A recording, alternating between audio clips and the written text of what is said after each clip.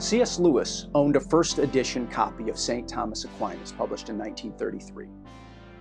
And as he was reading it, this passage from Chesterton seemed to especially move him.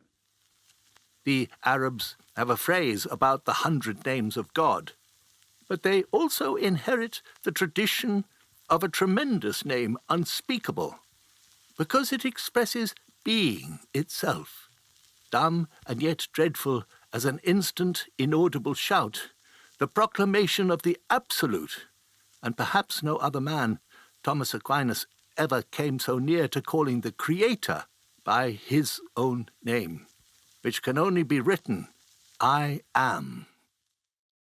In pencil, in the margin, next to that quote we just played, Lewis wrote, ho ho, as jolly as a laugh from Father Christmas himself. It was as if he was breaking forth in praise while thinking of the infinite, self-sufficient nature of God.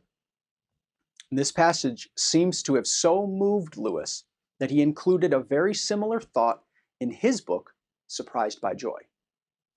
God is to be obeyed because of what he is in himself. If you ask why we should obey God, in the last resort the answer is, I am. In his Narnian adventure, The Horse and His Boy, C.S. Lewis also mines this truth as Aslan introduces himself to one of the characters. Who are you? Asked Shasta.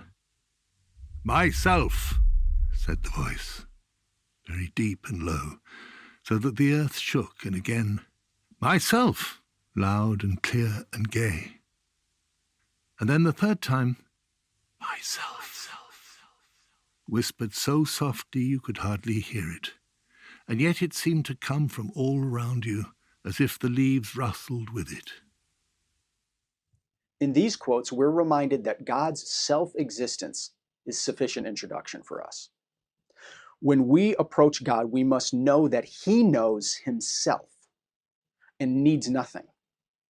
God is all-powerful, all-knowing, omnipresent, and for us to know him, he must reveal himself to us. And while God revealed himself to Moses in a burning bush, in these last days, he has spoken to us in his Son.